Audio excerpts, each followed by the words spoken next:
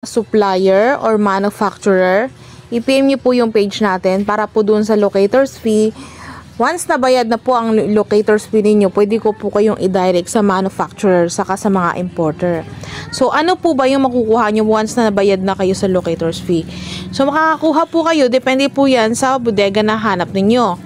Meron po tayong bodega ng Shein Patpat, Lobito, Amazon. Meron po tayo niyan. Mayroon tayong manufacturer niyan, meron din tayong importer. So, lahat po yun ay kasama sa ibibigay. Meron din po tayong Supremo Ichiban. Kung familiar po kayo at matagal na po kayo sa nag-uukay, familiar po yun sa inyo. Yung Supremo Ichiban, yun po yung mga US, Japan na bundle. So, mga pangmasa na bundle ng ukay-ukay. So, kasama po yun sa babayaran ninyo. Truckload po ang transaction doon through email. So, meron din tayong Korean bales. Yun po yung madalas yung makita sa online. Katulad ng mga Beya, BIP, 555, King. Lahat po ng klase ng Korean bales, meron po tayo. So, kunyari, malaki yung puhunan mo, kaya mo mag-avail ng 100 bales, pwede ka magpagawa ng sarili mong code, sarili mong logo. Pwede mong ipalagay doon mismo sa loob ng bundle. So, ayan guys. Kasama yan doon sa mga babayaran nyo. Meron din tayong manufacturer nun, meron din tayong importer. So, depende sa'yo kung saan ang prepared mo na kumuha ng bale na gusto mo. So, meron din tayo guys na mga katulad na nakikita nyo sa video natin.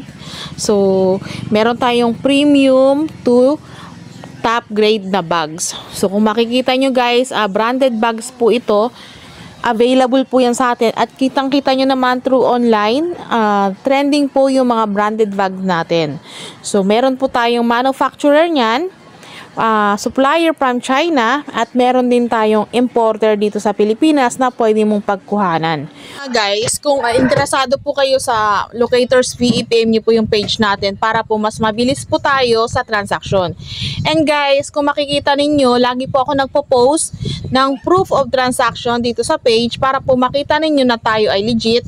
At ang mga seller na nagda-direct sa manufacturer from China ay talaga pong nakaka-direct. Okay? Yung iba po dyan, paulit-ulit na po silang umu-order. Okay? Meron na po tayong mga seller na paulit-ulit na po nag-import. Ang tawag po sa kanila ngayon ay importer. Kasi sila na po mismo direct na nag-o-order sa China. So kung ikaw po talagang direct, katulad yan, direct ka na makapag-usap sa China at ikaw na mismo mag-import, ang tawag po talaga sa inyo ay importer. So, kung mas marami kang bale or box na order, mas makakamura po kayo.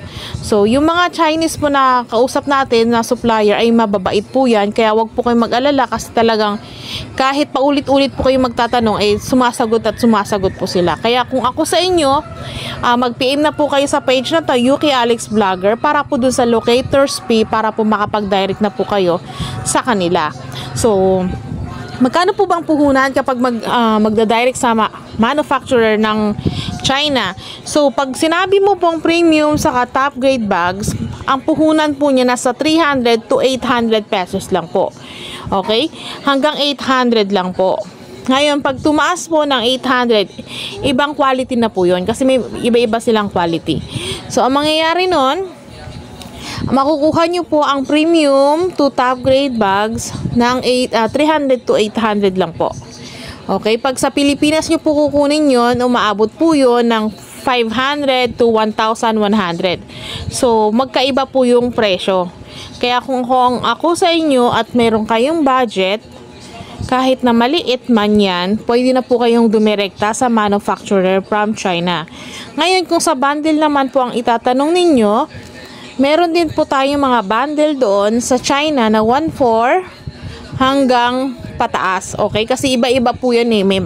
Kasi meron tayong bag, meron tayong dress, may pantalon, may t-shirt. Iba-iba po. So, per kilo sa kanila. Pero, makakasigurado ako na ang katulad ng dress na makikita ninyo sa Pilipinas, binibenta sa Pinas ng 3.5, doon po makukuha nyo po sa China ng 1.4. So, sa mga bags naman po na binibenta sa Pinas ng 6,000, doon po makukuha nyo sa China ng 4,000. So, depende po yan. Kaya kung ako sa inyo, mas maganda po na nakadirect kayo sa manufacturer para kung kaya nyo naman po yung budget, doon na po kayo o-order. Diba? Kasi may mga supplier naman po na hindi po mahigpit sa minimum order. So, meron naman pong mahigpit sa minimum order, lalo na kung wala po kayong forwarder company. Pero wag po kayong mag-alala kasi nagbibigay din po ako ng forwarder company para po maka-avail kayo ng minimum order na kahit magkano lang. I mean, kahit ilan lang. Kasi meron pong China, gusto nila pag sa kanila pagaling yung forwarder company, minimum sila sa 100 bales.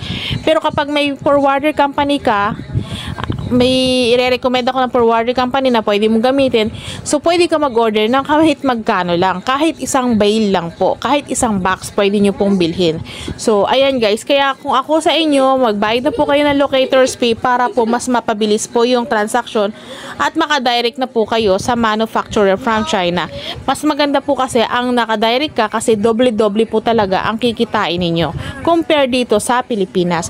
So, makakapagsabayan ka pa sa mga seller na mga bigatin dito sa Pilipinas. Kaya kung ako sa inyo guys, ayan guys, pinopromote ko nga po ang Yuki Alex Vlogger para doon sa Locator's Fee. Thank you for watching guys!